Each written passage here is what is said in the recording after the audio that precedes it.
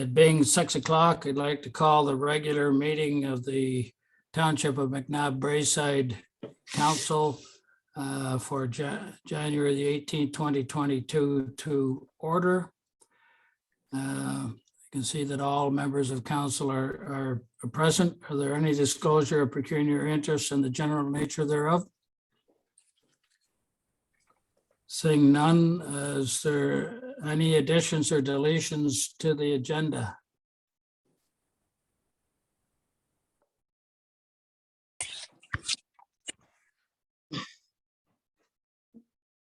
Ms. Young. If possible, I would like to add the draft site plan agreement for Canadian Tire Corporation on Jackson Lane, just for council's preliminary review. And where would you like to have that added in? Under 4.4, right after the Mansfield Meadows release of securities. Okay, and you will be speaking on that? I think I sent my little blurb in my email to you all. Okay. Okay. So I need a mover and seconder for the agenda. Is there anything else to be changed for the agenda? No. And a mover and seconder for the agenda as amended. Councillor Jacob, Councillor Broom, all in favor? It's carried. Thank you. And at this point, it's going into planning matters under item 4. And there are now 4 items under planning matter. And I'll turn the chair over to Deputy Mayor Armstrong to look after the planning matters. Deputy Mayor Armstrong, please. Thank you very much, sir. May I have I realize that the 4.1 and 2 are associated with one another, and normally I group these together, but since there's 2 parties or 2 different parties involved, I'll keep them separate for now. Can I have a mover and seconder, please, for 4.1? Councillor Broom, Councillor Jacob.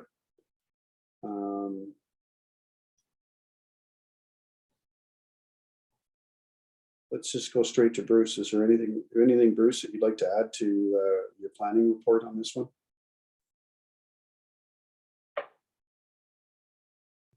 Close. No, I took a second to find the mute button. No, the planning report is there, and the recommendation for A7 there was to approve the application. It's helping correction of existing encroachment and with those 2 consent applications as well. So it's improving the area. So the recommendation is that the Committee of Adjustment approve those applications. Thank you. Excellent. Any comments or questions from council? All in favor of the recommendation? Carried. A mover and seconder, please, for 4.2. Councillor Lang, Councillor Jacob. I'm assuming, Bruce, this exactly the same comments. Correct. There's the recommendation again is that the Committee of Adjustment approve the application. Again, is for the consent applications B2320 and along Archibald Street, and there was no concerns. Excellent, sir. Thank you very much. All in favor of the recommendation? Carried. Mover and seconder, please, for 4.3 Mansfield Meadows. Councillor Lang, Councillor Broom. Recommendation is the Council of the Township of McNabb Braeside hereby accept the works in the Mansfield Meadows subdivision and approve the release of all remaining securities in the amount of $146,000 held by the township in the form of a letter of credit as per the recommendation of the Director of Public Works and as outlined in the documents on file and listed in the background report as attached. Anything further to add, Mr. Fruit?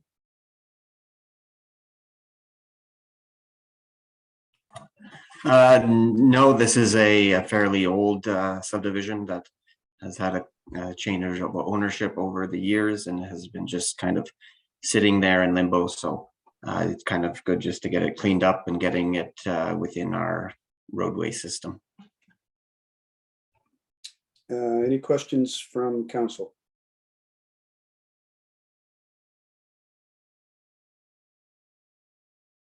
in favor of the recommendation? Carried. I will need to toggle out of the video on this and go find my email that Angela was referring to for 4.4. So bear with me.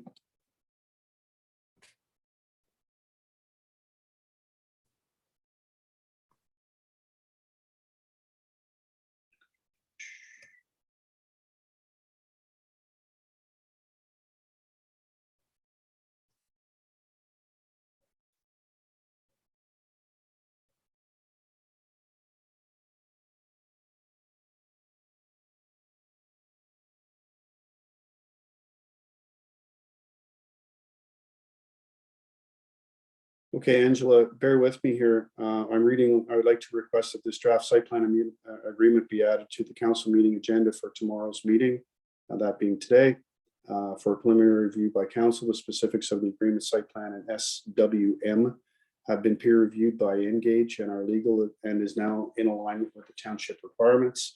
I will be sending this agreement to the project manager / applicant for their internal review. However, wanted to see if council had any items of concern they wanted to address. Bruce Howarth will be in attendance to respond to any planning questions you may have. The agreement will be brought back to future meeting of council for consideration once any changes have been made by either the applicant or the township. So Angela, is the intent for Bruce to provide us any comments that he may have at the moment, or is someone going to give us an overview of what this is about, other than what we see here in a couple of PDFs of draft site plan agreement between the numbered company and the township? So the applicant had submitted the stormwater management plan and the drainage and all the rest of it, and the grading. It had gone back and forth a few times between the township, the peer reviewers, and the applicant.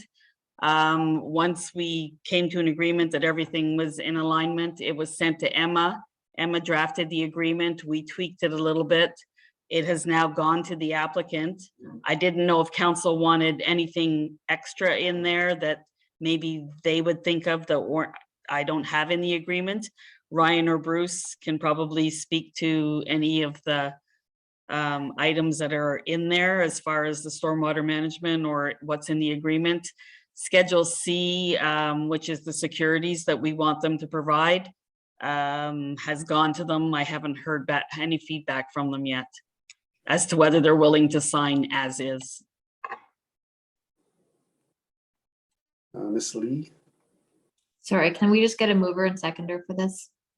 Oh, I thought I did. My apologies. Thank you. Councillor Lang and Councillor Jacob. Okay. Mr. Frew or Mr. Howarth, anything to add?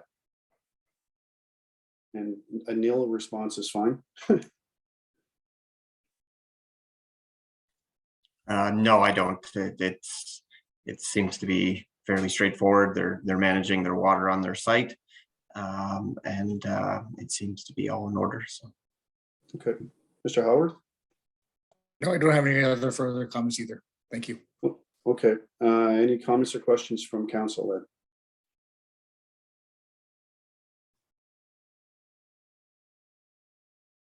So Angela, we're accepting Mr. Mayor Peckett, sorry.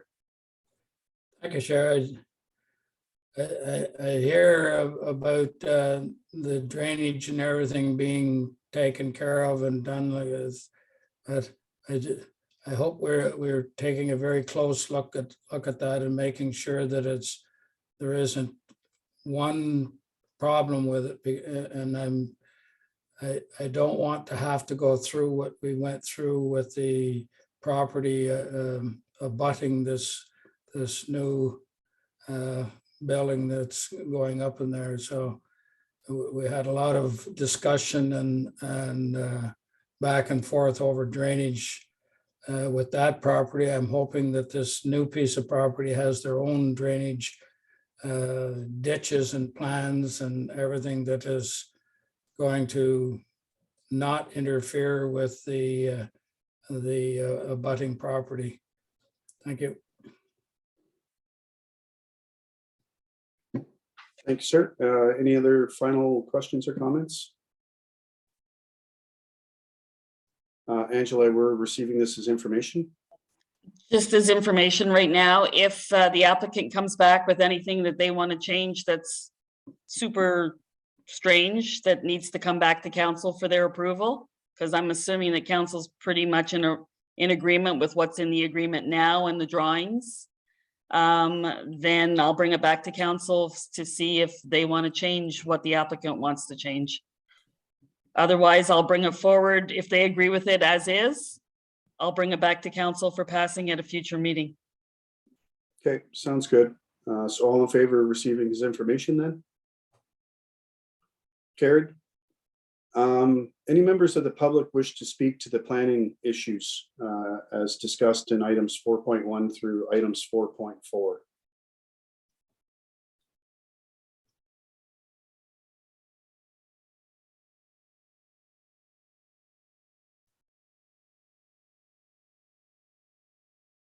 In that case, I turn the chair back over to you, Mayor Pecker. Thank you, Deputy Mayor Armstrong. Moving on to item 5.1, which is a delegation from a Mr. Patrick Sissons and Ed Schultz from JP2G Consultants in regards to McNabb Center Park building. So I need a mover and seconder to get that onto the floor, please. Councillor Lang, Councillor Broom. Gentlemen, if you're there, someone, whoever is going to lead the discussions, go ahead, please. I don't know if you can hear me, Ed Schultz. Yes, we can hear you, Ed. Okay. This is a new format for a meeting on computer for me, so maybe a little slow. Anyways, Patrick, I believe, is also on there joining us. And as you know, we're here to talk about the new center at the McNabb Braeside Park facility. We presented a drawing to the committee. The committee come back with some comments, which we read, and they seem to be all straightforward. We're going to modify the drawing as such, and we're going to talk further about it, I guess, tonight. As you know, the building is going to be a non-heated building. It'll have electrical, lighting, etc., but it'll be non-heated. Therefore, it'll be non-insulated, with the exception of the possibility of the tournament room, and that being because we want to air condition the tournament room. We're going to insulate the 4 walls, 1 exterior, 3 interior. So those walls will be insulated to help maintain a cooler atmosphere in the summertime. We presented the drawing as a stick frame building, meaning a stud walls with a James Hardy cement board siding. One of the comments come back from the committee is, could we be using concrete block? And yes, concrete block could be used. We haven't done a comparable cost, but the cost of going concrete block won't be outrageous. Concrete block is more durable. I understand you got an existing building already, concrete block construction. I have done one in the Pembroke area as well, and it was all concrete block, unheated. It was a washroom facility. And it would have been similar to the one on your other site that you have with a gable roof, not a hip roof like we've shown. On the drawings that we showed, you can see the roof slopes on all 4 sides with a little bit of a gable end at the top. All of those features there are easily accepted to modifications if desired. I understand we got a budget to work into, and we want to make sure this building here is kept the most economical as well as durability. So back to the concrete block again. Concrete block is doable. I talked to Patrick earlier today. We will get a comparable price on what the cost per square foot would be between 1 stick frame and or concrete block. Now the concrete block one that you have at the other site is it's a concrete block, gray concrete block. I don't know if anybody's familiar with concrete block called Schuldeis. a lot of buildings in the area. It is a concrete block. It has comes in about 16 different colors, where you can add some color to the structure. And basically, it has a split face, and there's different types of split faces as well to give it some feature, some accent, and some little architectural appeal. So you may want to consider that. I will forward down to Ryan the pictures. I don't know if I could share them tonight because of the program that we have working on. I'll send them down to Ryan, various items I'm talking about today, so that he can show the committee. But as mentioned, this concrete block that I'm thinking of, and I'm thinking it's going to be incomparable to just a standard block, and it's laid the same way, it's reinforced the same way. So everything is pretty well a standard construction other than the material. Yes, the cost of the material would be a little slightly higher because of the colored pigment put in the block. But again, I'm just going to put that out there to you to have a look at, just to see if that would be an option. We looked at the comments you have with respect to modifications to the layout, i.e. make the tournament room a little bit smaller, make the landscape storage a little bit smaller. And what we'll do is we'll adjust the plan to sort of show those changes, try to keep it again within a sort of a rectangular shape, and not have like a jog in it, because I noticed you've cut down the landscape room and the tournament room from the original, and now whether that would allow us to keep a rectangular shape. The most economical with the outside structure shape would be a rectangular and minimize the amount of corners, as you know. The only other thing we're going to concrete block, I'll point that out, is the building will be slightly smaller inside if we keep the outside dimensions by about 2 inches. Concrete block we would use is 8 inches. Stud wall we're going to be using is 6 inches. You also mentioned in your comments that you would like to see operating windows on the 2 doors to the canteen to allow cross ventilation. That's doable. We just put a window, and the exterior doors that we're going to be proposing are going to be a metal door, hollow metal door and frame. And again, that's for durability, as opposed to a residential type, which is, again, it's metal on the outside, but frame is wood. Those are all common features in this type of building, so there's no added cost in comparison to going to wood. The other item that you've shown in here was the serving windows, the type of serving windows. We had proposed a roll-up shutter. And I guess some of the committee members chose to go possibly a sliding window type of windows. And again, once we get into the actual design, this is just, again, our first meeting. Once we get actually into the design, we will forward to you catalog cuts so you can see what the actual product, the actual window, the actual doors will look like. So you'll have some idea what you're dealing with or what you're going to be getting at the end of today.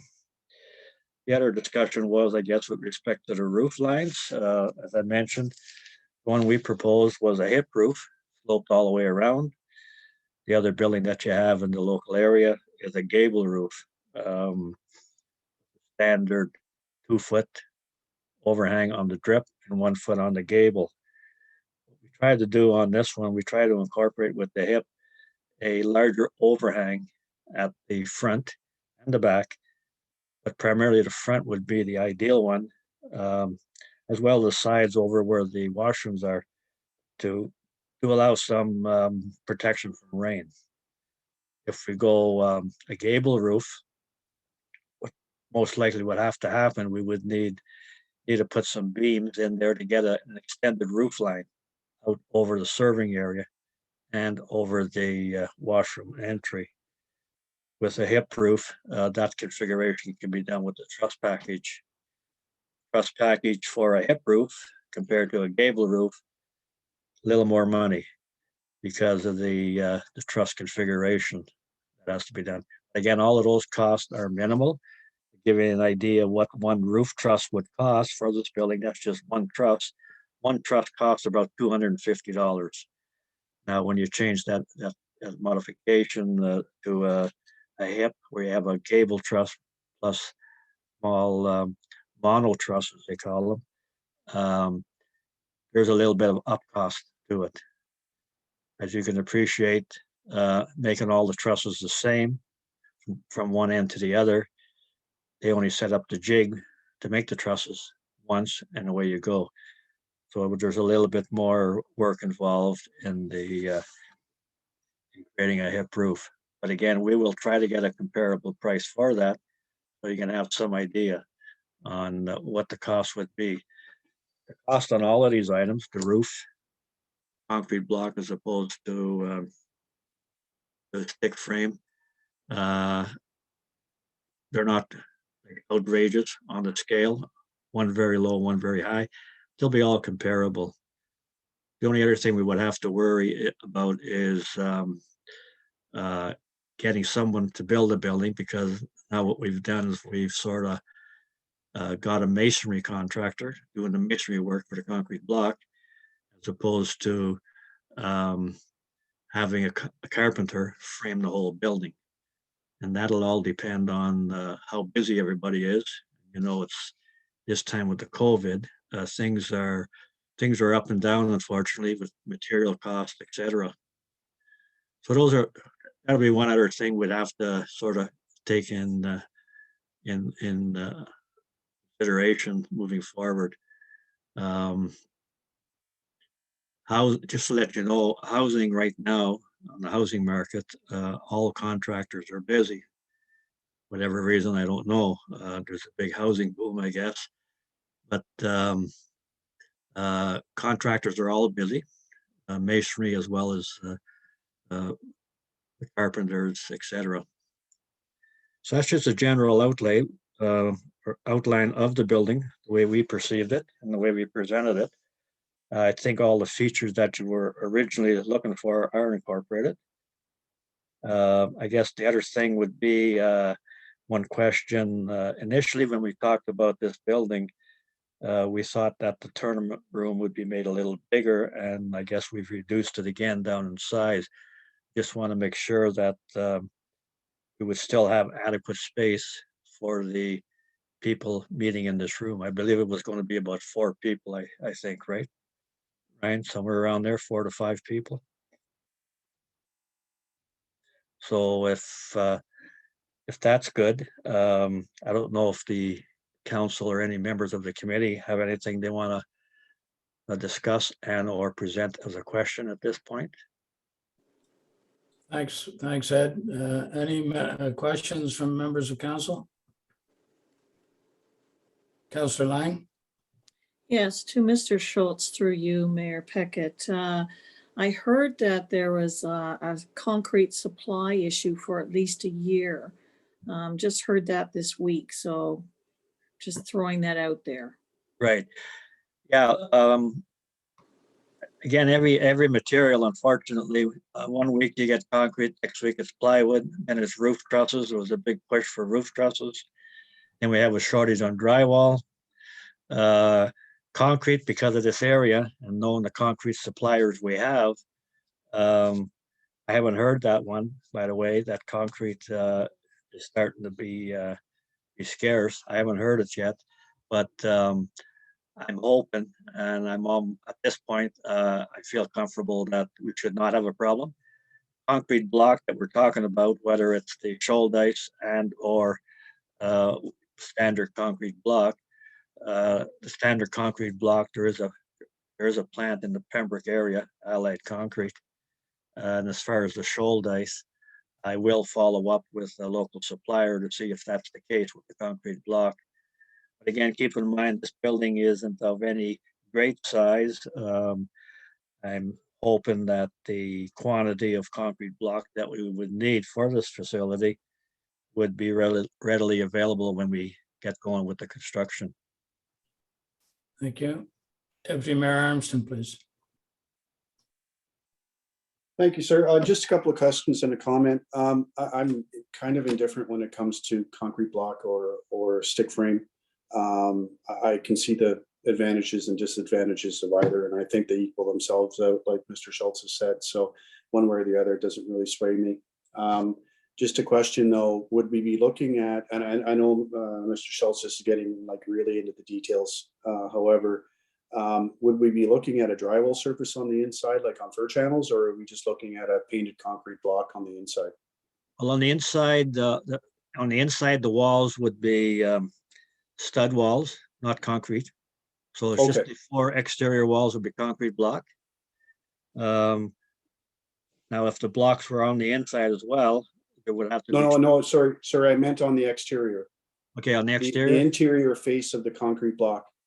the interior face of the concrete block can either be done 2 ways. We could either glue on drywall and Mhm. paint it, and or just paint the concrete block. Okay, Concrete block would still have the marks in for the mortar joints. The concrete block normally, when we do a concrete block structure inside, it's going to be left exposed. There's a sort of a glazed finish. The pigment color put on the block first to get the color you want, and then there's a glazed durable finish put on it, almost like a varnish. Okay, to give it that durability. So what you would have in the canteen is 3 walls with concrete block appearance, and 1 wall with drywall. What could be done also on the ceilings, but most economical, I believe, would be drywall or gypsum.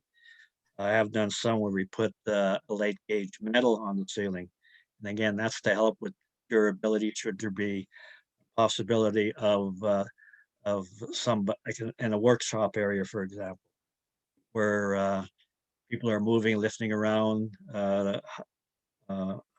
longer items, etc., hit the ceiling and put marks on it. But I don't think you'll have that at this facility. And knowing the area and seeing the other building you have, I don't think the area, because everybody, I think, in this area here, they respect what they got and they want to keep it nice looking. Deputy Mayor Armstrong. just one comment on the roof. I'm in agreement with Mr. Schultz. I think the advantages of the hip outweigh the gable. Having the overhangs is advantageous. If we did not have the overhangs over top of the canteen sliding windows, we would have to do something about it eventually. So I like the idea of the hip roof in that situation. It's just my final one, sir. Thank you very much. Okay, and just one other comment on the roof. We've shown metal roofing, and again, ideally metal roofing would be the best. As you know, shingles, they do have a life of 30 years, 35 years. Myself, I had my house shingled 10 to 12 years ago with a 30-year shingle, and they're starting to show wear. So for the longer life, metal is your best. There is a very economical metal roofing out there. It's called pocket rib.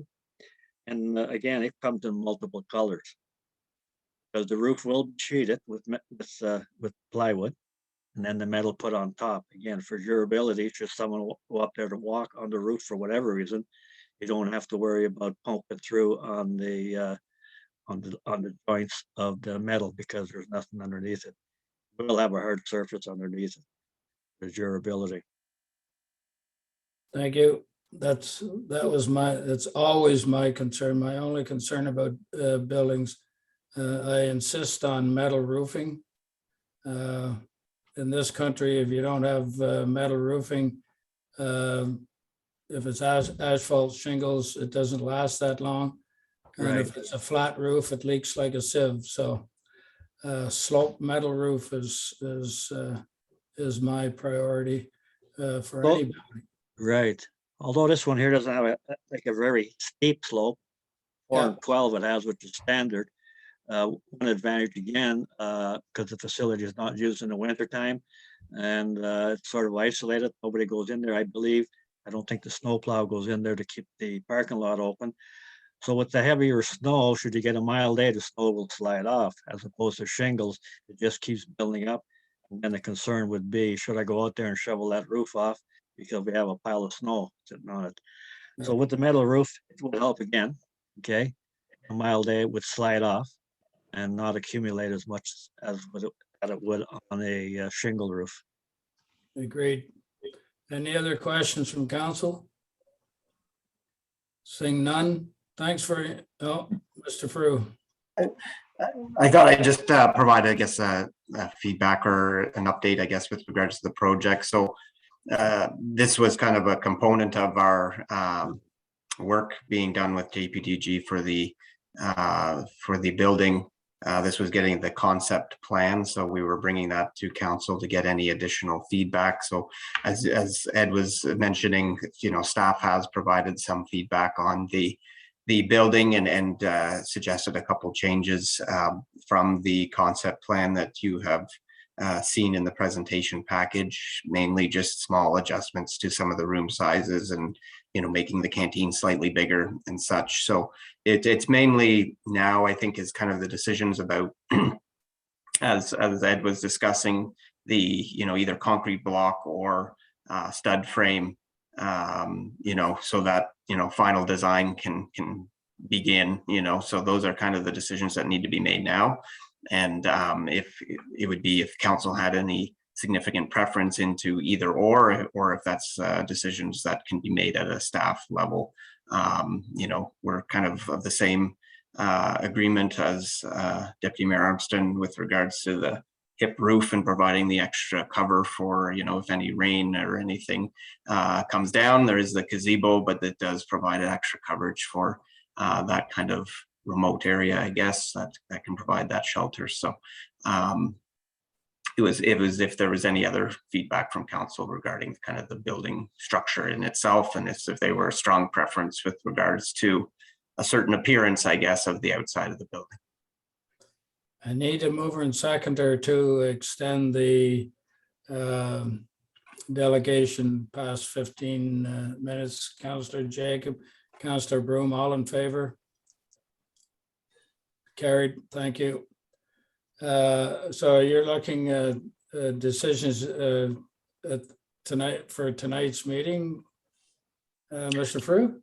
Well, I guess it would be if there's any, strong feedback as to building type, if they were, strongly for a concrete building or not, and then the staff can look at either option, and kind of go through that process with JPGG to figure out the best alternative for this building. If there's no preference with regards to council, we just don't want to go through the too far within the design and then bring it back, and council would like a switch with regards to the kind of structure type. So that would just be, starting over with some of the detailed design. So if there was a strong preference, then we would kind of steer towards that. Well, I don't know. Each councillor may have a different idea. I know my preference, and this is my preference, is based a lot on the fact that we have so much vandalism and so much damage done to our buildings throughout the township. My preference is concrete block with a steel roof and steel doors, and I'm not so sure about the sliding windows as opposed to a metal roll-up place for serving snacks out of, because as we all know, windows are a prime target for people just to walk up and smash them. So that's my preference. So I don't know how the rest of council feels. Councillor Broom? Well, like I was going to bring up the shoulder ice block. If we were to get paint on that, we could be in trouble because the pigmentation on that, I believe, is quite open. It's pretty porous. So I'm scared. I'm right with you that, block, metal door, the roof, that, the way it's presented, just a basic building that, if they decide to start vandalizing it, there's not a whole lot they can do. And if we want to paint the outside of the block, so be it, we can.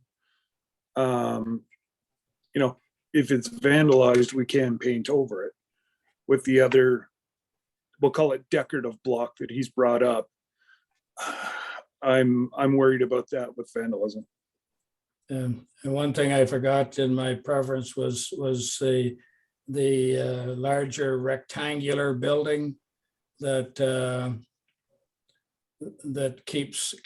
actually keeps the cost down.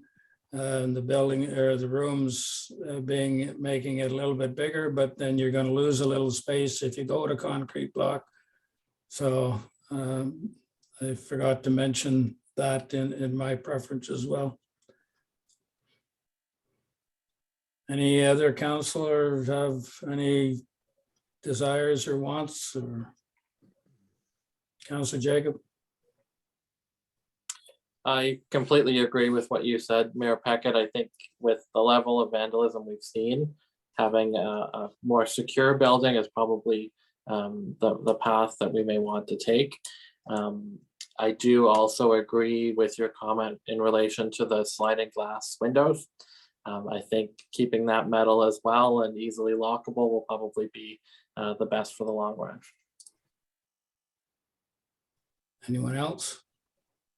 Mm-hmm. And a thumbs up from Deputy Mayor Aronson. So Mr. Frew, and I think you have your comments from council. That should be sufficient to move forward.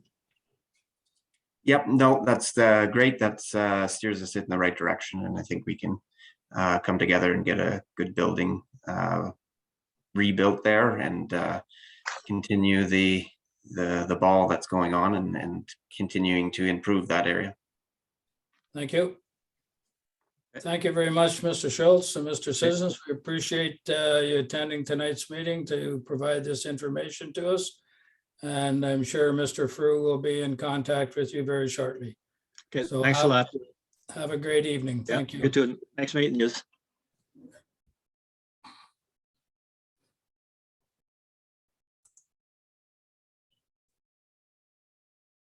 So we're on to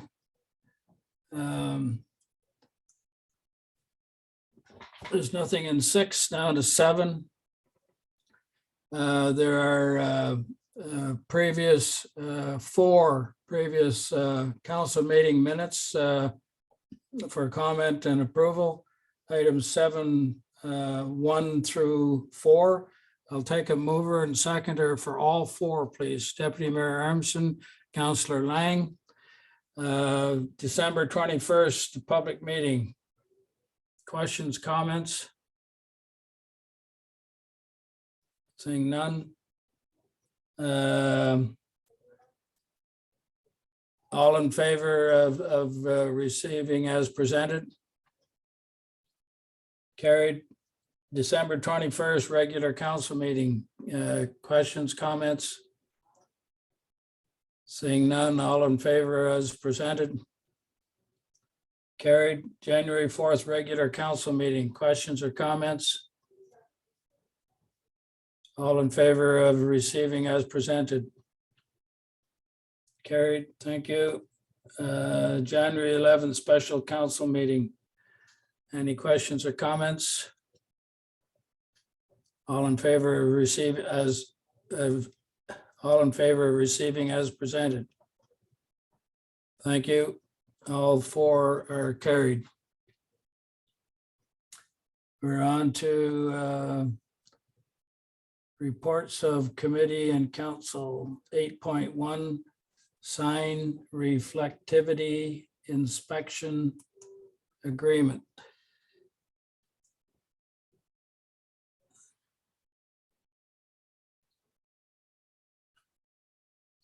And there is a recommendation that the Council of the Township of McNabb Braeside accept the quotation from Advantage Data Collection and enter into a 5-year agreement for the reinspection and inventory update of regulatory and warning signs at a unit cost of $4.95 per sign and a $200 per diem.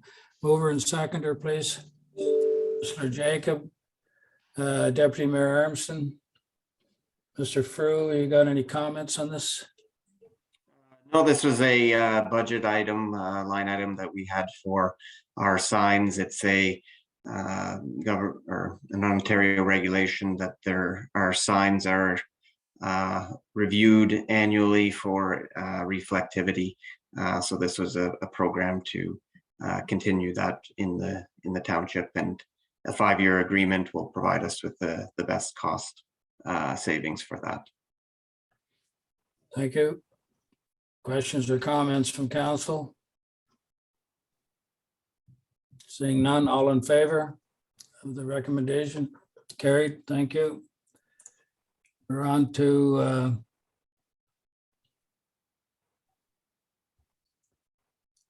solid waste collection services, and the recommendation of the council for the Township of McNabb-Braeside approves the extension of the existing curbside solid waste collection contract with Tops Environmental Solutions for an additional 1 year, for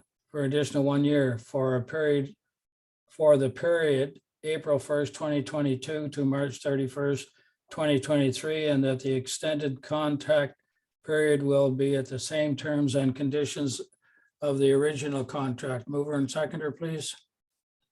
Councillor Broom, Councillor Lang. Any comments, Mr. Frew?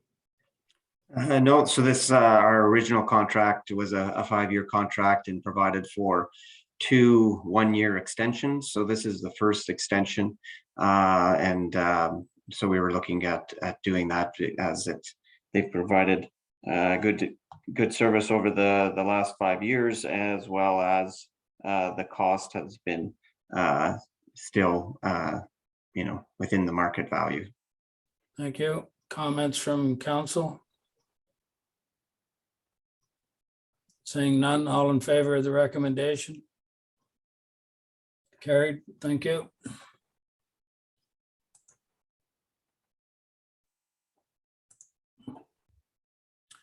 Cyber insurance, recommendation that council accept the cyber insurance 2022 report as information as submitted and circulated, and further that council award cyber insurance coverage to Intact Insurance Public Entities Asset Underwriter in the amount of $8,940 plus PST, and the council authorized staff to finance the cyber insurance coverage shortfall of not more than $3,300 from the working fund reserve. Mover and seconder, please. Councillor Jacob, Deputy Mayor Armstrong. Who's speaking on this one? Ms. Coughlin? Hello. Yeah, so as you'll recall, during the 2022 budget deliberations, staff were continuing to work with our insurance provider, which is Intact. It's with Intact. However, we were having difficulties finding an underwriter. We had made application with one service provider. Our application was declined. JP Mulvihill continued to explore options in the market, and we were successful in our application with Ascent Underwriting. They provided 2 options for coverage. Staff are recommending to go with the slightly more expensive option of number 2, and the biggest reason being that the deductible is significantly less than with option 1. And the coverage is comparable to what we currently have in place. But unfortunately, it does cost more than what we currently have as a provision for cyber insurance in our budget. Thank you. Comments, questions from council? Councillor Broom. I think with it hitting so close to home, there's, I agree, just looking over, definitely the more expensive one in this case looks to be the better. Thank you. Anyone else? Comments, questions?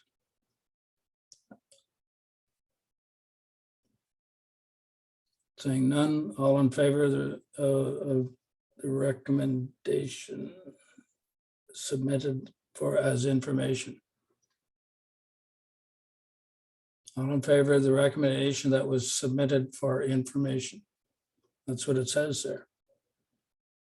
Cyber insurance report as information is submitted and circulated. All in favor? And Oh. further that, Yeah, yeah, and second part further, we awarded to asset underwriter and authorized staff to finance the shortfall. Surely I don't have to read it a second time. All in favor? Carried, thank you.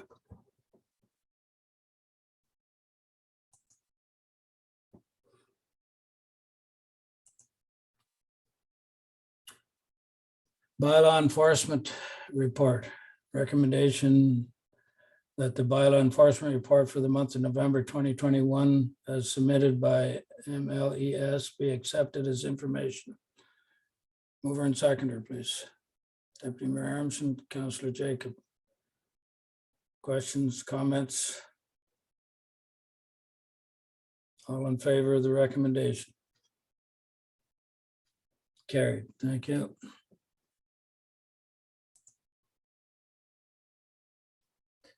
Item 9.1, Ministry of Municipal Affairs.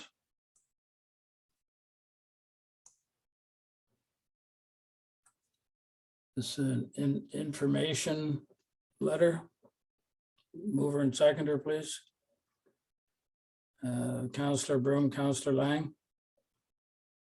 Is there any questions or comments on the information that's provided?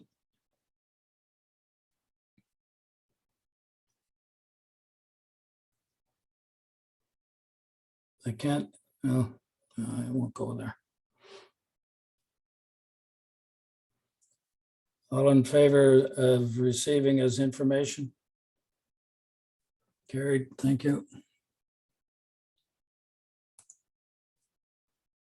There are no motions. We're on to unfinished business 11.1. Dave Hamilton, use of land agreement. Mover and seconder, please. Councillor Lang, Deputy Mayor Armstrong. Someone going to speak on this?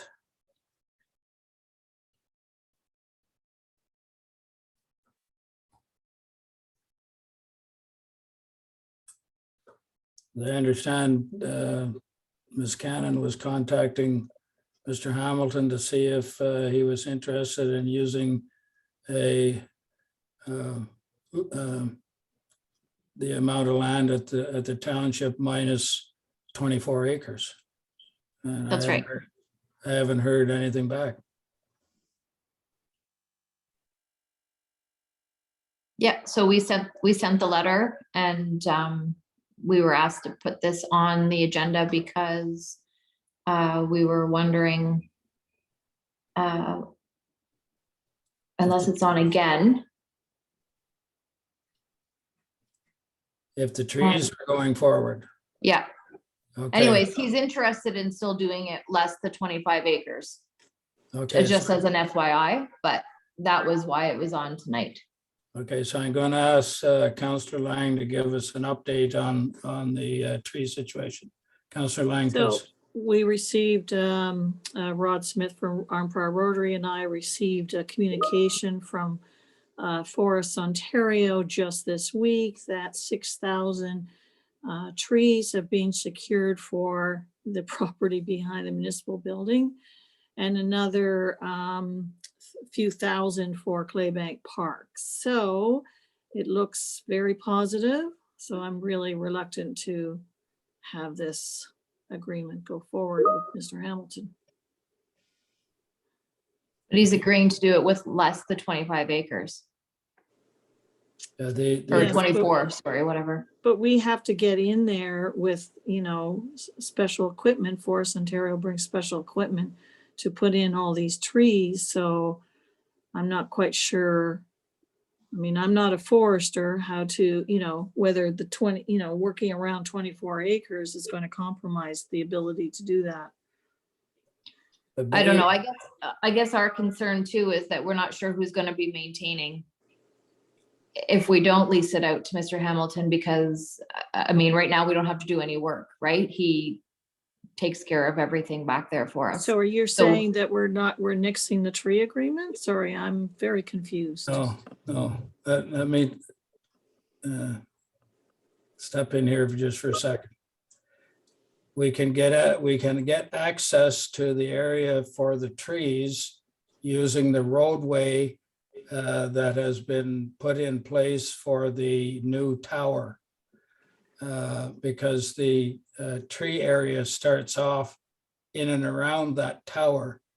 So we can use the roadway to get equipment into the area where the trees are going to be planted, which is at the back end of the property, which would remove, say, 24 acres of the, for argument's sake, let's say the 84 acres that is left for agriculture. So that would give Mr. Hamilton about 60 acres approximately to plant and harvest. And there shouldn't be, for the coming year anyways, there shouldn't be any problem with his operation, nor should there be any problem with the tree planting operation. Okay. Does that clarify things a bit? Yes, thank you. Okay. So I guess we're receiving his information that Mr. Hamilton is willing to go ahead and still farm the remaining acreage minus the area that is going to be used for planting of trees. And we're bringing that forward as information for council. Ms. Lee? I believe Mr. Hamilton's on if there is any questions for him from council. Any questions? I'll go, Councillor Broom had his hand up. I just think it should be made very clear that, if they do decide to go ahead and put up the tower this year, that they're not going to start driving over the brand new trees that are just being planted. And, unfortunately, some of the crop might be drove over by the planters that the forestry bring in to plant the trees. Just so long everybody is on the same page, that there could be a little bit of, some of the crop might accidentally get drove over as they're planting, and that, the people coming through to put up the tower understand there was just 6,000 trees planted there. So, I just want to make sure everything's on the up and up, that everybody knows, that they don't start killing our 6,000 trees. That's all. The tower is already under construction.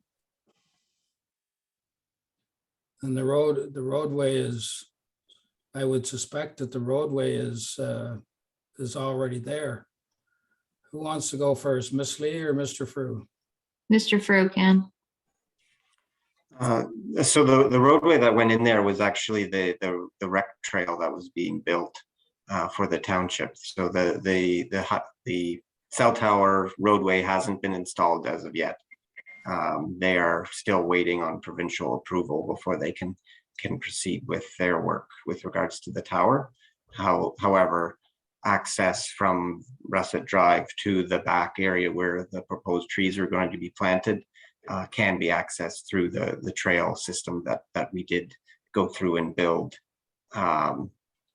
this last fall. So there should be access there. They were able to get in,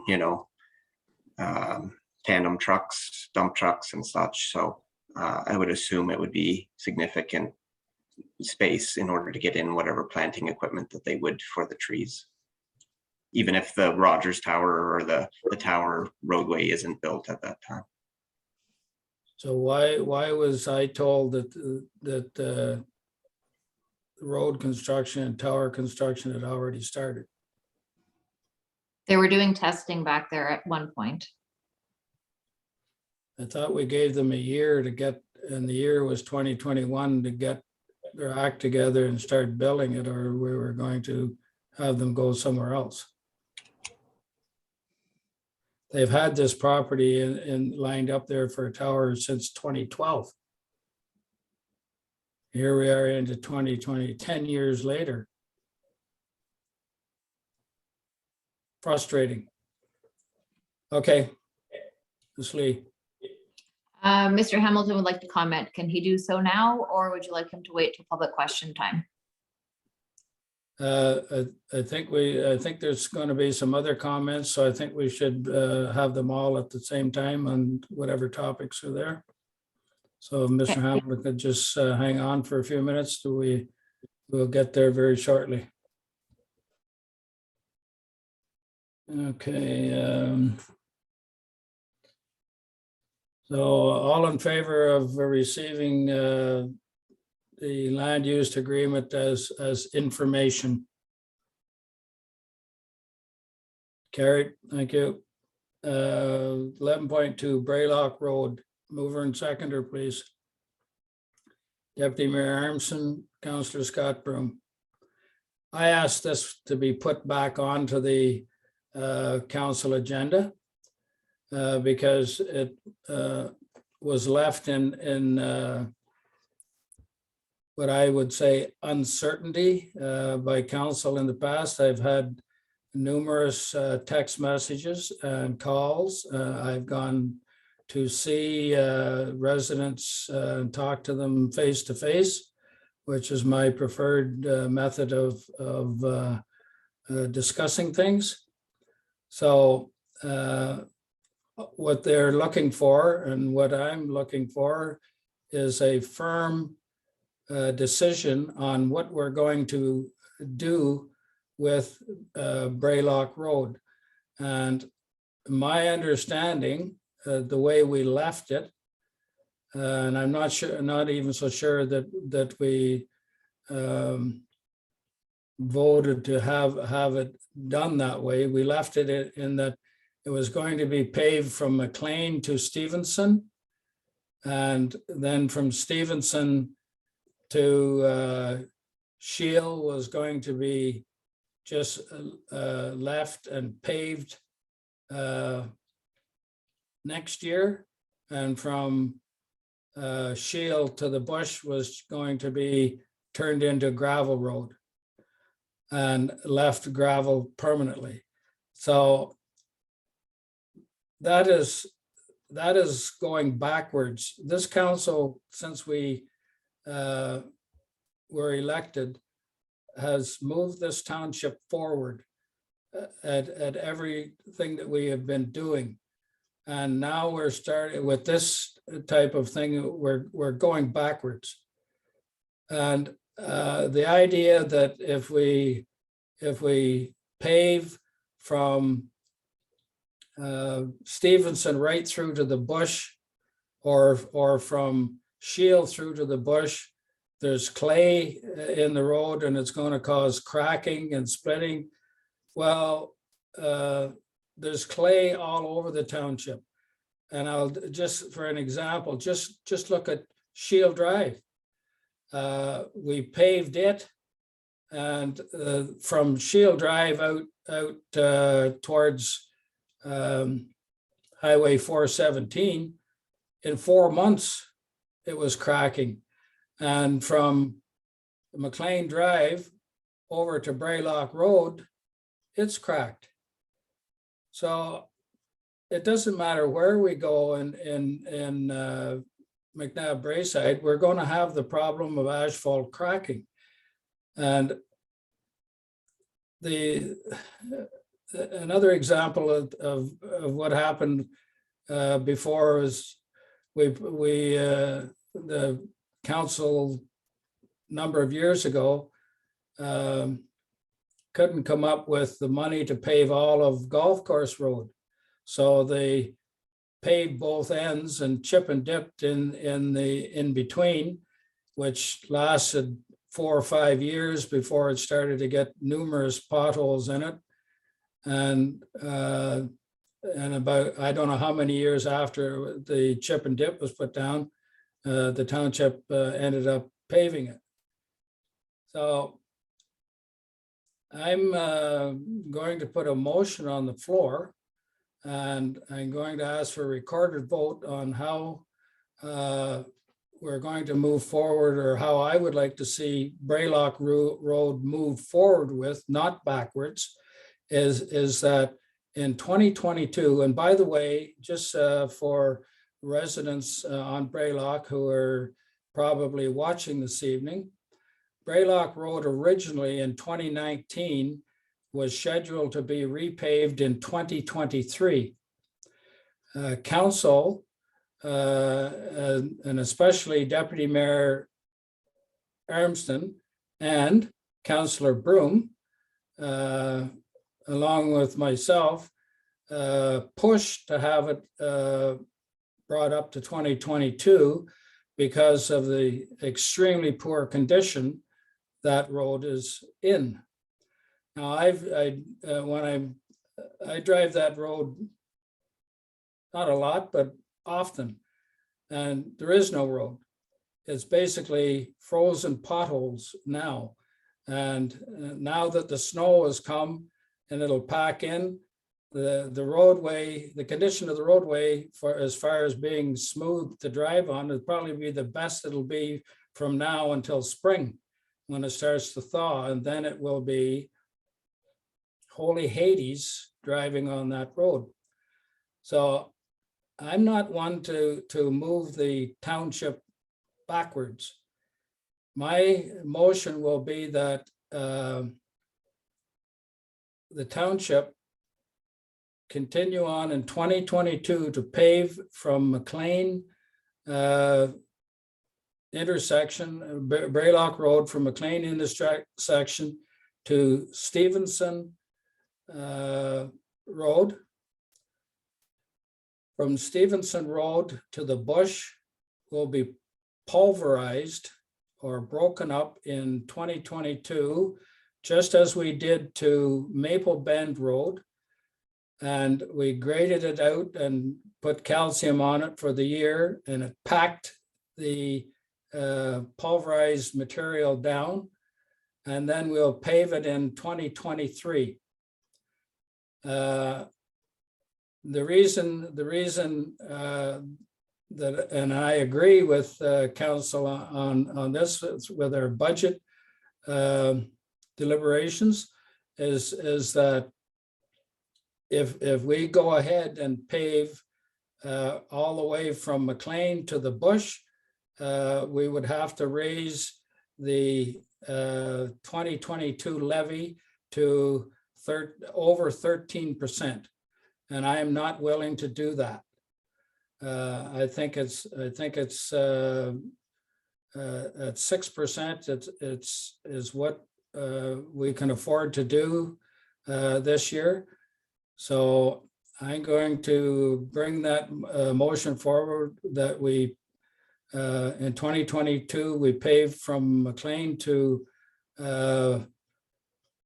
Stevenson, pulverize from Stevenson to the bush, and in 2023 we pave from Stevenson to the bush. I need a seconder. Councillor Broom. Now I need questions or comments from members of council. Deputy Mayor Armston.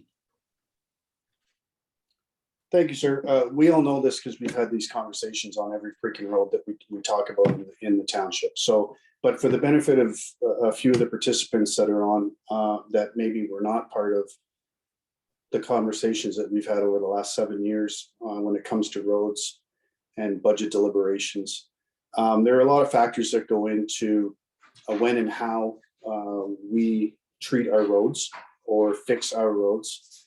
Some of it has to do with traffic volume. Some of it has to do with the current state of the road. There's history also involved. Sometimes we change our plan because a culvert blows out. And since we're doing the culvert, we have to change our roads plan to accommodate a new factor that was unforeseen that now we have to deal with. So that's why our 10-year roads plan is in somewhat of a state of constant flux, and there's an alteration or to the plan that could or could not happen. We have between $1 million and $1.6 million budgeted annually for roads. We try desperately to adhere to those numbers such that we can keep the levy at a rate that we all feel that not only ourselves as taxpayers, but the taxpayers in general are comfortable with. And that's why this decision was made in the way that it was, to separate these two roads as opposed to doing it all at once like some people would want to see it done. Since we're already there, why don't you just pave the whole bloody thing? Well, as you said, Mr. Mayor, that's a 7% tax increase just in itself. So that's why the decision was made the way it was, for those that were not aware. I am a supporter of your plan, sir. I feel slightly uncomfortable making a commitment to the budget, next year's budget, when we haven't even started budget deliberations yet, but I'm sure that we can work around that, similar to the way that we made other alterations in the roads plans. You know, there are other places in the township that need road work as well. And again, there are multiple factors that enter into decisions that are made. We try to make the best decision we can with the information we have. Thank you. Other comments? Councillor Jacob. Just taking a look back at the staff report, just for council's information, it would be a roughly $75,000 increase to the roads budget for next year. So just over a percentage point on the levy, assuming that staff weren't able to make other changes to the plan to balance it out. But I just wanted to give council that information from the report. I do still support the recommendation of staff as council discussed and unanimously passed last fall. Thank you. Any other comments? So I have a mover and a seconder, Ms. Lee, and I ask for a recorded vote, please. With Mayor Packett moving the motion, Mayor Packett, for or against the motion? For. Deputy Mayor Armston, For. Councillor Lang, For. Councillor Brum, For. Councillor Jacob. Against. Motion carried 4-1. Thank you.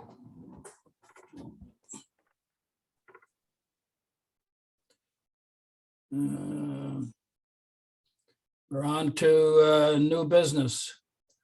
12.1 boat launch parking. Mover and seconder, please.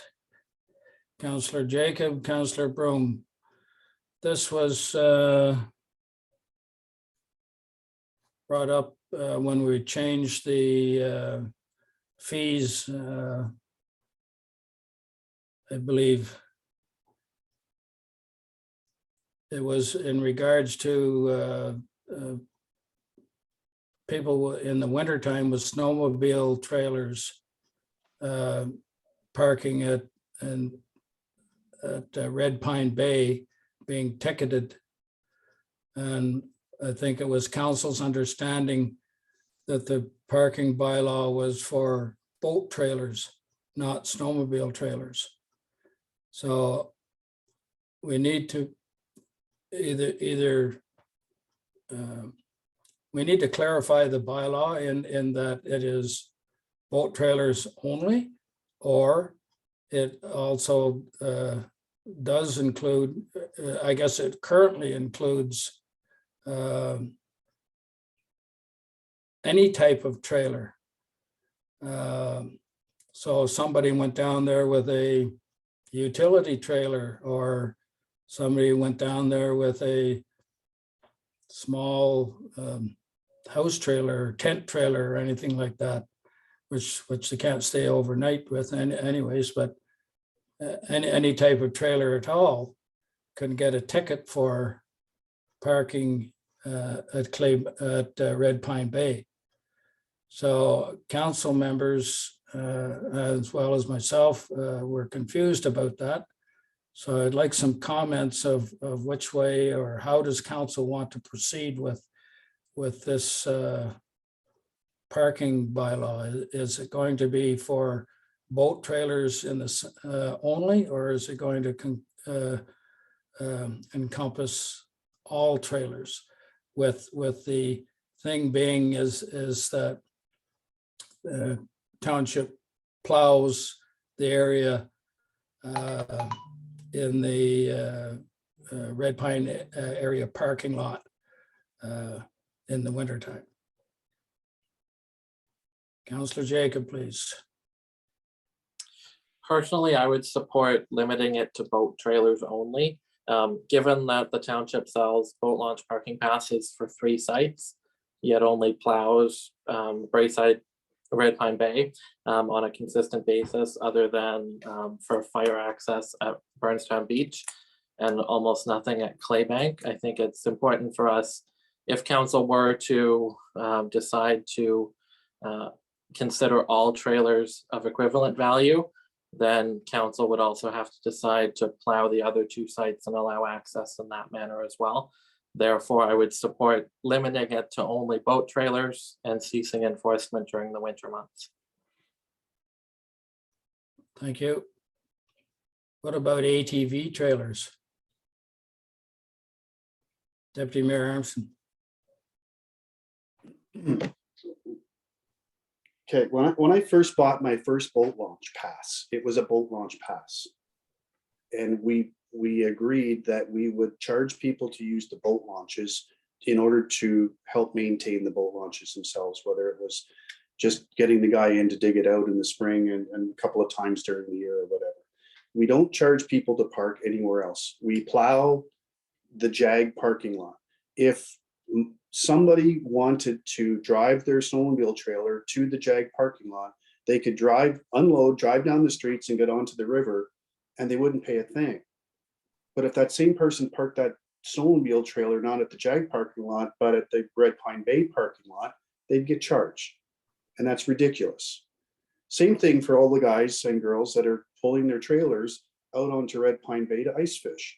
Technically, you could argue, using the same logic, that they should be charged as well for using the launch. When in fact, they're not using our launch, they're using the old launch. But so my point is, we are supposed to be charging people to use the boat launches for the purpose of unloading and loading a boat. And that's it. We don't charge parking at any other parking lot in our facilities. Well, I shouldn't say that. We don't charge parking at any of our facilities, period. And so I don't see why we would charge people to unload and load their snowmobiles to drive out of what is now the old launch onto the river. It doesn't make sense to me. The fact that the boat launch pass isn't called a boat launch pass on the print that you hang in your mirror, I don't understand that. It's a boat launch pass. Thank you. Councillor Broom, please. Then Councillor Lang. Exactly. Last time I bought a pass, now I haven't had use of a boat in quite a while, but whenever we were elected, you couldn't get that pass until May 1st. So, it in essence was a boat pass. So I was just, whenever it was brought up that it was all year now, I was quite confused when it did the flip, because I thought it was still a boat pass. So that's where I stand. Thank you. Councillor Lang, please. I absolutely agree with councillors Jacob and Broom and Deputy Mayor Armstrong. So we always have talked about this as a boat pass. And I think if we start muddying the waters, then we're going to not only confuse ourselves, but confuse ratepayers. We don't plow, as Councillor Jacob said, the other areas. We only plow at Red Pine Bay. we're just muddying the waters, and as far as I'm concerned, this is just a boat pass, and that's what we should be charging. Thank you. Now, I do think there was one other thing under this item when we changed the fees for out-of-town usage of the boat launch. The intent was to also change the, at least as I remember, it was to also change the daily launch fee for out-of-town, out-of-resident, non-McNabb Braeside resident users. And the CAO and I chatted about that because my assumption was it $20 or $25, Ms. Lee, that we discussed was appropriate for the out-of-town daily pass. I don't think we actually discussed a dollar figure, just that there was not a different rate right now for in-town or out-of-town usage. Okay, so we changed it, we increased it for out-of-town annual passes. I think it should be increased for day passes. So do we need, I guess we need a motion for this or staff direction? You can give us staff direction to bring the bylaw back. Okay. So I guess we can give staff direction to bring it back, indicating that the passes, required passes would be for boat trailers only. And also that the daily non-resident usage charge will be, what does the council feel would be appropriate, $20 or $25? Councillor Broom and then Deputy Mayor Armstrong. I honestly don't see an issue with 20. I think 25 personally is a little bit much, but that's just my feeling. Thank you, Deputy Mayor Armstrong. I just think just stick to the ratio. Whatever we charge our residents, I know is not 50% less than what we charge the non-residents. So just have the daily pass the equivalent percentage higher. That's all. So if round off numbers, sir, if it's $50 for me and it's $100 for an RPAR person, and it's $5 for me to do it daily, then it should be $10. It's just keep it simple. I think it's $10 for residents for a daily pass. So you're saying $20. I don't know what the ratio is. Yeah, whatever that ratio is for the month or for the annual passes, just keep the same percentage increase the same. Keep it simple. Okay. I just don't have the numbers in front of me to tell me to say what those numbers are. Oops. Okay. Any Excuse other me, I need to comments? get my charger. Ms. Lee? So I have questions about the pass still. So are we getting rid of the annual pass then? Because we can't. I don't care whether, if you call it an annual pass or not, it's a boat launch pass. Okay, so the passes that we currently have ordered for this year are still going to be the same and say annual. What about the people that have already bought them for the year? Like, when is this taking effect? Right now? It should be. Okay. So starting next year, we can buy one that says launch pass on it, but we've already spent the money on the passes this year, so we won't be buying new ones, just so that everybody knows. Okay. So are we clear with the staff direction now then? Yep, okay. So just sign from council that everybody's agreeable with the staff direction that has been given? See nodding of heads, thumbs up. Deputy Mayor? Thank you. Moving on. New business to ATVs at Claybank Park. Mover and seconder, please. Councillor Lang, Councillor Broom. Who's speaking on this? Councillor Lang, or what's ATVs at Claybank Park? That's where did that come up from? So we had a question on our Facebook page about someone wanting to have a spot for the garden in the summer, but they need to be able to drive their ATV there. So they want to make sure that they're able to do that. So we needed to have a discussion about that.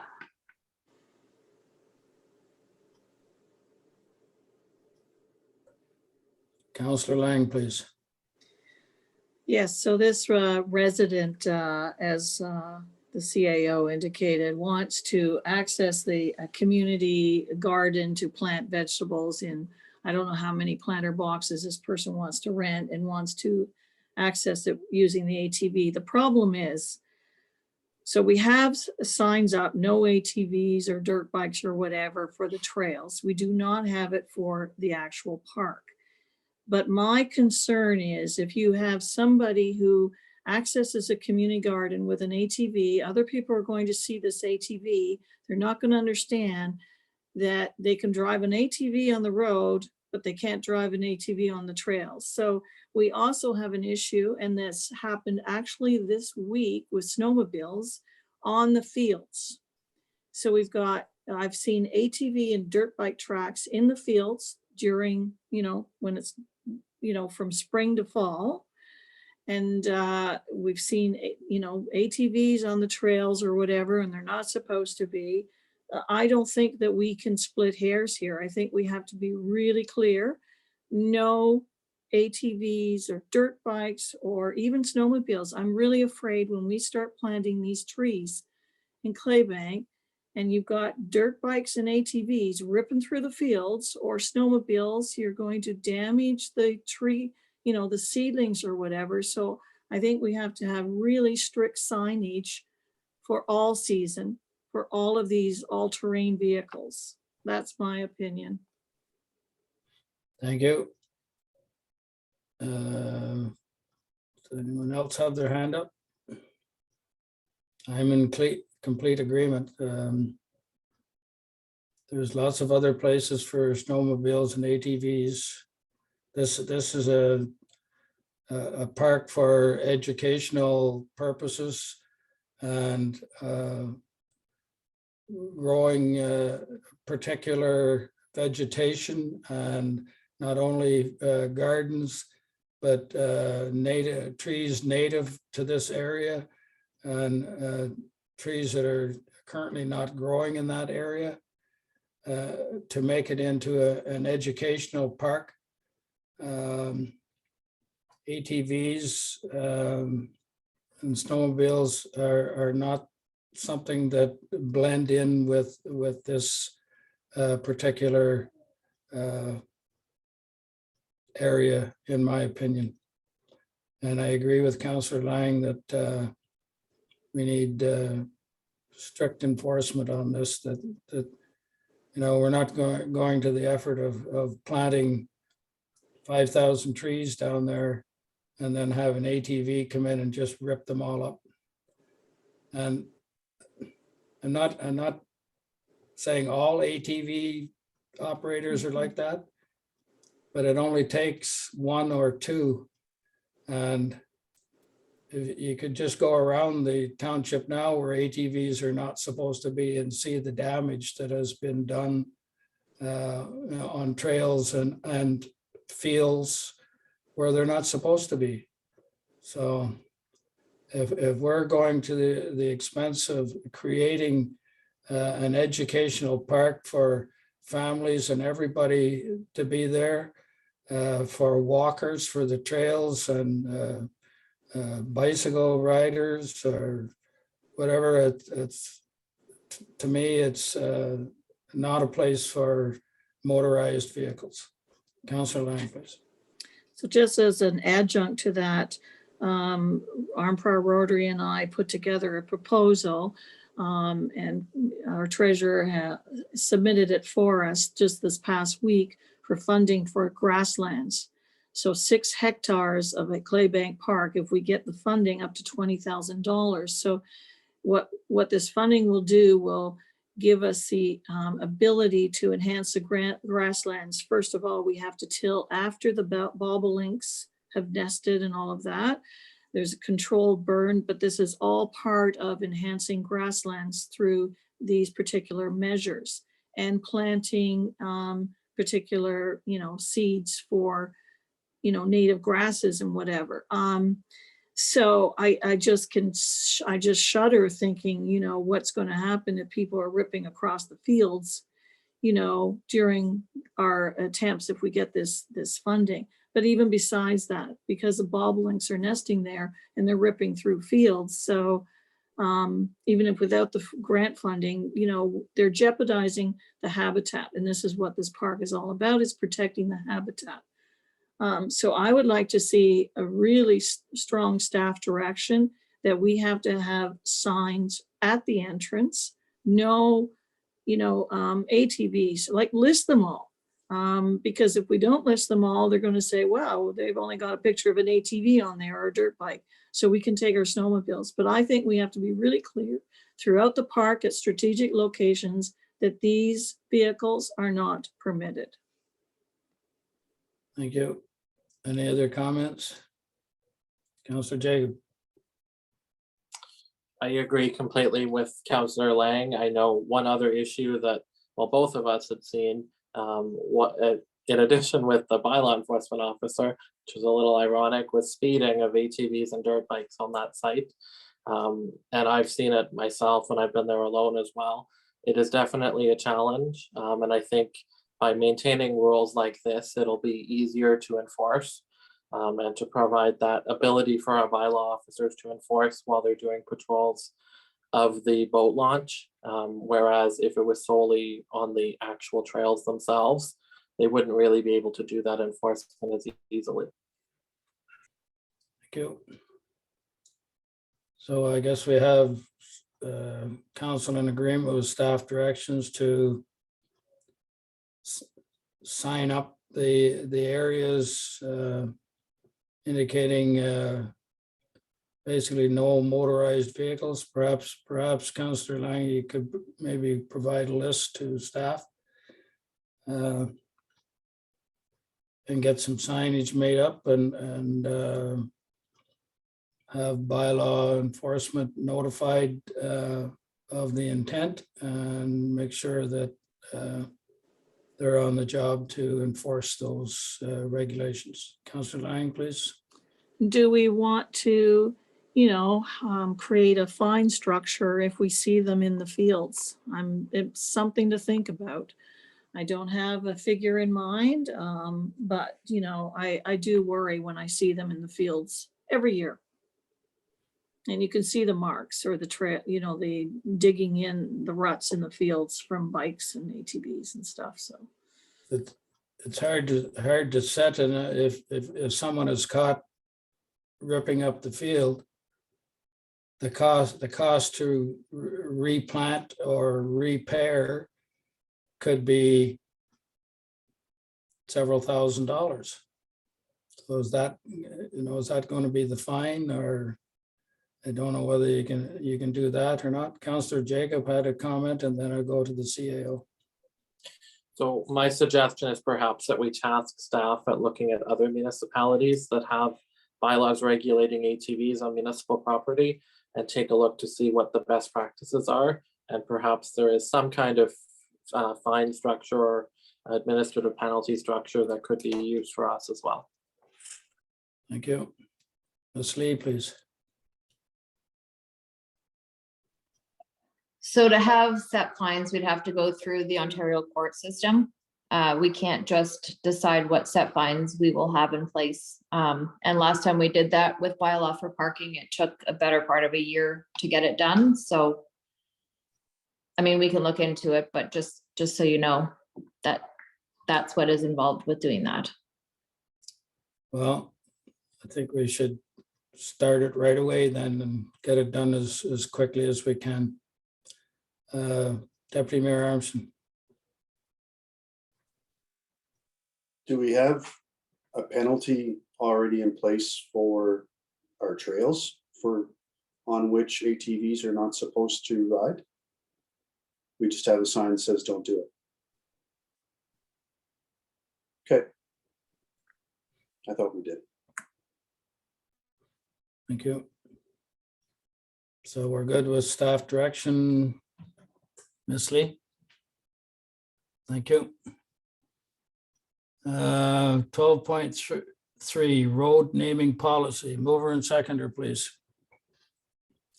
Councillor Broom, Councillor Jacob. I asked this to be put on the agenda because quite frankly, I was dismayed of what I read in the local newspaper in regards to our road naming policy. And Councillor Jacob, these are, according to the newspaper, these were comments that were made by yourself. And it says in the paper that Jacob sees a problem with naming streets after people, even war veterans, can lead less than perfect civilian lives. Well, first of all, if you want to change the road naming policy, you should be bringing that as a motion to council in order to do so.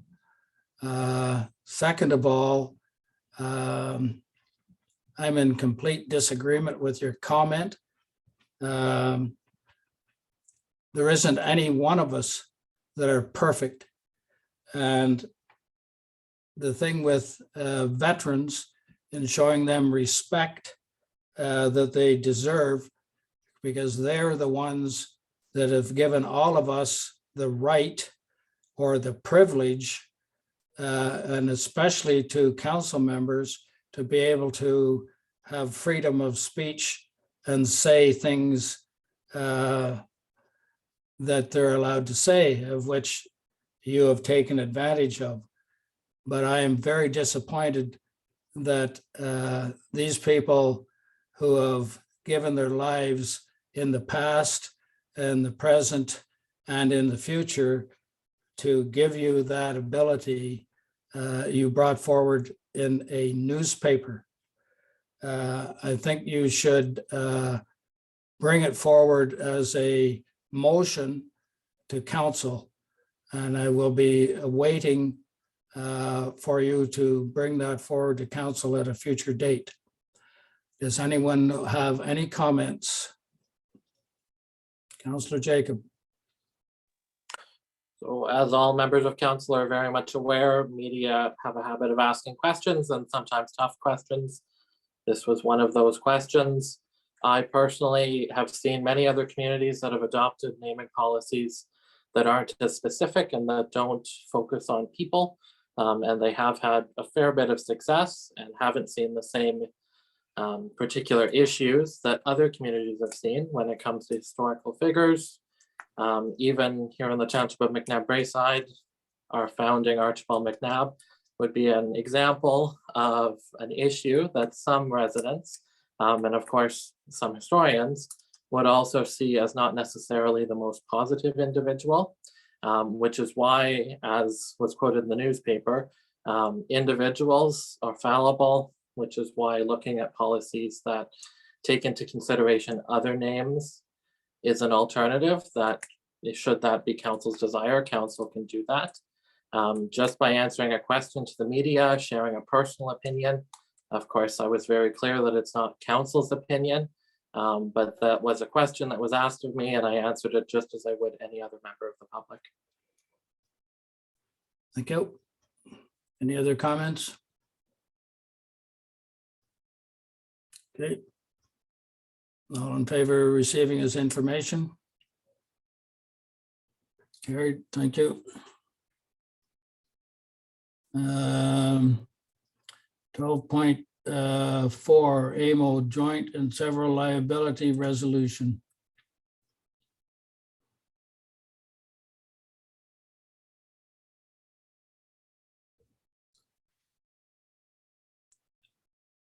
I am not going to read the page and a half of a resolution. It's all there in front of you.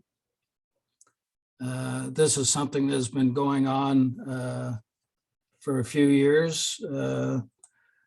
Something that the provincial government back during the last election said that they would look into. Unfortunately, COVID got in the way. And now the AMO is bringing this back to the attention of the provincial government. It's something that is long overdue to be looked at and adjusted as far as I'm concerned. So is there any questions or comments from council on this resolution? Councillor Jacob. Just before the CAO interjects, I will happily move the motion and if there's a seconder. Okay. Deputy Mayor Armstrong seconds it. Councillor Jacob. Perfect. So my comment is around the same lines. AMO, AMCTO, and many other municipal groups have been advocating for this for years. And it was unfortunate that the current government hasn't moved forward with it. But hopefully, particularly as we move into a period of elections over the next few months and over the next year as a whole, it's a good conversation to have, particularly in the public sphere, with members of the public, with members of the community who will be looking at what issues are important to them in the upcoming provincial election and then the municipal election. So I think it's a great opportunity for us to discuss this issue, to remind members of the public why we discuss this issue, because it's not fair if the township is 1% liable, that the township would become liable for the entire cost of a court verdict if the other parties weren't able to pay for their costs. So I completely support this motion and I hope the council will as well. Thank you. Any questions or other comments from other members of council? Seeing none, all in favor of the resolution or recommendation? Carried, thank you.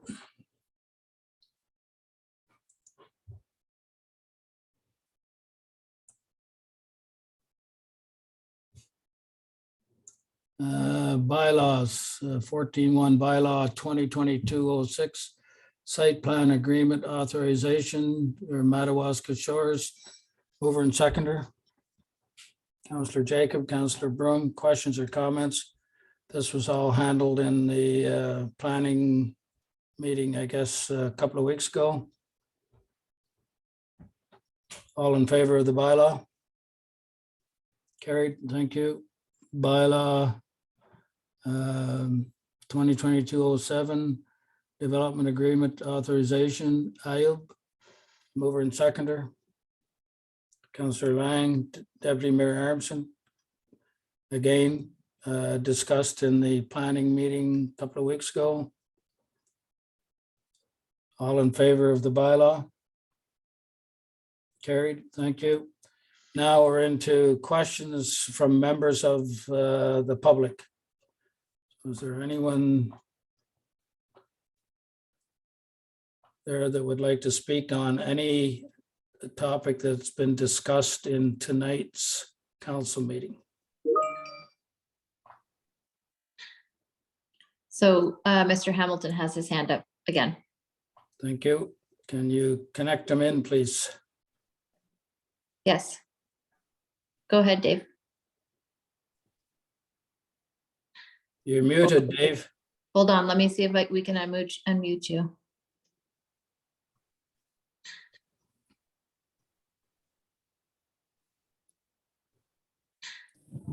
Oh, there we go. Okay. In regards to the area that the trees are being planted in, I find it kind of I disagree with it, I guess would be a good way to put it, that our forefathers, I don't put a lot of blood, sweat, and tears into clearing those fields to make them into farmland, both the one at the township office and the one over at White Lake. And I don't know about the one over at White Lake, but the one at the township was paid for by the government through ARDA. It's completely tile drained. And I spoke with Ryan. He understands what I'm saying along the creek, where all the tiles come down and where you're building the road, that there should be consideration taken to put proper drains under the road, which would be tight lined, because if you leave them open, they're just going to squash. And the same thing where you're planting trees. Like, once you cut a tile, like, it turns the land into a swamp, especially coming out of like that bush of Garfield's Church. Like, that bush is largely swamp, and a lot of those drains come from the fence line to the creek, and you're going to cut them with the trees. It just, to me, it doesn't make sense. And like, probably a good question is, what is the purpose of planting the trees? Councillor Lang, would you like to handle that question? So there is a significant tree loss with the widening of the highway, as well as tree loss throughout the township. So this is one effort to try to mitigate climate change. I understand what you're saying, Dave. I was raised on a farm as well, but what we are trying to do is replace lost trees, and we see the back of the property where we want to connect a trail from the public school into the municipal property and over to the provincial parks. We want to enhance that whole area with native species, a few white pine, spruce, and possibly some red pine. And as for Claybank, it's more strategic planting because it's not very good farmland, and we have created a nature park for outdoor learning. So we want to encourage growing native tree species and shrub species to enhance and protect the habitat there. That's probably that's a Coles Note version of where we're going with this initiative. And is there not other township property that you could plant trees on rather than wasting farmland? Because there isn't enough land to feed the planet now. And you know that the people are starving everywhere. And one thing that I totally disagree with is taking farmland and doing a subdivision. But I mean, no farmer will never ever make as much money off 100 acres growing crops as he will growing houses. But it doesn't mean it's right. You go to Toronto, the Niagara region, down by Ottawa, and in McNabb, and there's one thing that Canada does not need, and that's anything to reduce the carbon footprint, because we have got more trees than we'll ever need to take care of the carbon footprint. Okay. And any other comments, Dave? No, just really like isn't. I don't want you to feel that I'm doing this because I don't want to lose the 24 acres as far as farming goes. But I think that farmland should be protected when we really don't need the trees to reduce the carbon footprint in Canada. But that's kind of why I wanted to voice my opinion. Okay, thank you. We'll But I definitely think you should take a serious look at the damage you're doing to tile drains, because I showed Ryan that one down at the behind the old Carswell house there. And like, you put a road over them, the tile is gone, it's destroyed. And once the water backs up, the frost goes into the ground, busts the tile, and there you go. And there's a lot of money been put into tile drains there back when they systematically tile drained it. Okay, we'll have Mr. Frew kind of bring report to council members on what's been brought up by Mr. Hamilton, please? Bring it back to council at a later date. Thanks, Dave. Is there anyone else that wants to comment on anything else that's been talked about this evening?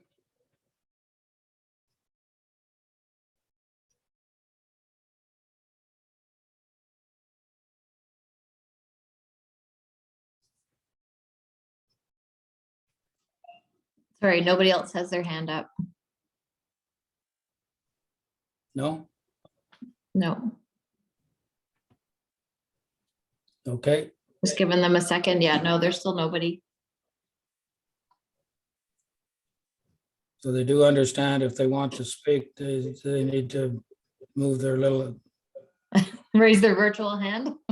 virtual hand, yeah, okay. If there's no other comments then, or no one with their hand up, I'll move forward.